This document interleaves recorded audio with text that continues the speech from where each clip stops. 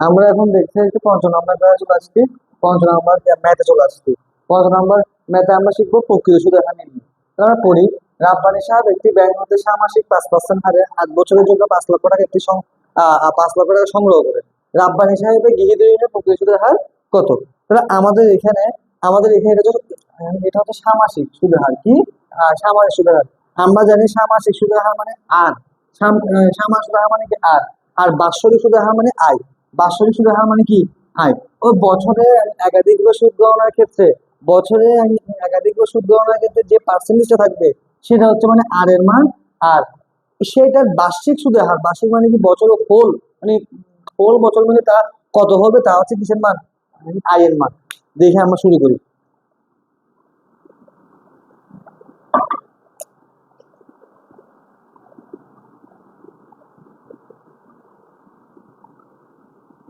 সামাসিক দেওয়া আছে ওর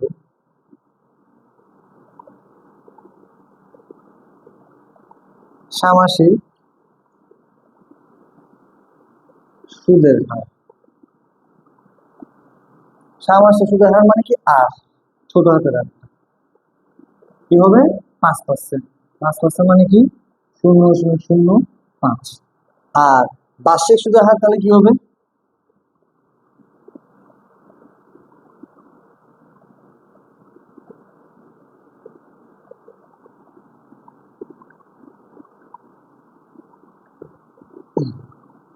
বার্ষিক সুদের হার তাহলে কি হবে? যদি ছ মাসিক যদি ৫% দেয়, তার মানে ৬ মাসিক মানে বছরের অর্ধেক। তার মানে বছরের দ্বিগুণ, তাহলে কত দিবে?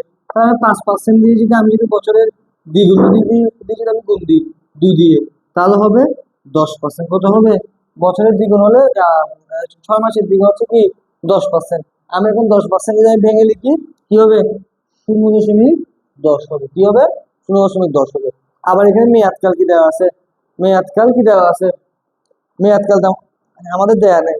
তার মানে আমাদের এখন লাগবে, এখানে যেহেতু ষমাসিক বলছে, ষমাসিক বলতে আমাদের কি বলেছে এখানে?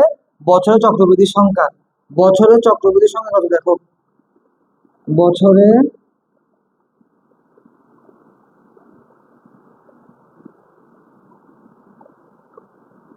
আমাদের সিস্টেম কি ছিল? বছরের চক্রবৃদ্ধির সংখ্যা যদি ৬ মাসিক বলছে, তাহলে ৬ দিয়ে ভাগ হবে। তাহলে তোমার ১২কে ৬ দিয়ে যদি আমরা ভাগ দিই, তাহলে কি হবে? ৬ × ২ = ১২, তাহলে হবে ২ বার। কত হবে? ২ বার।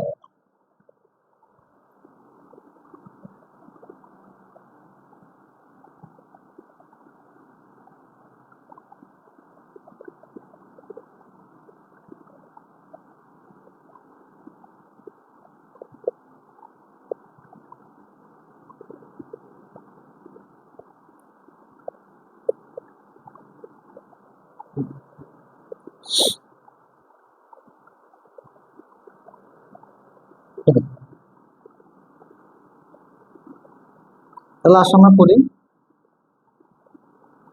গেল।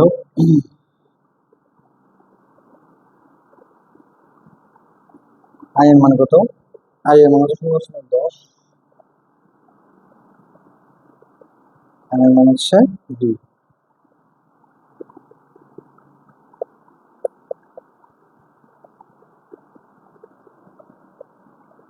ক্যালকুলেটর নেই, সরি এখানে প্লাসে হবে, মাইনাস না, প্লাসে হবে।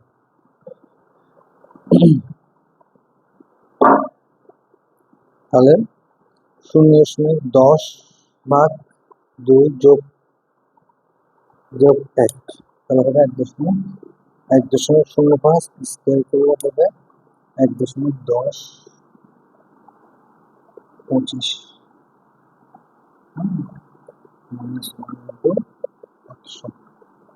তাহলে হবে -1 × ১০০ বললে কত আসবে? ১০.২৫%।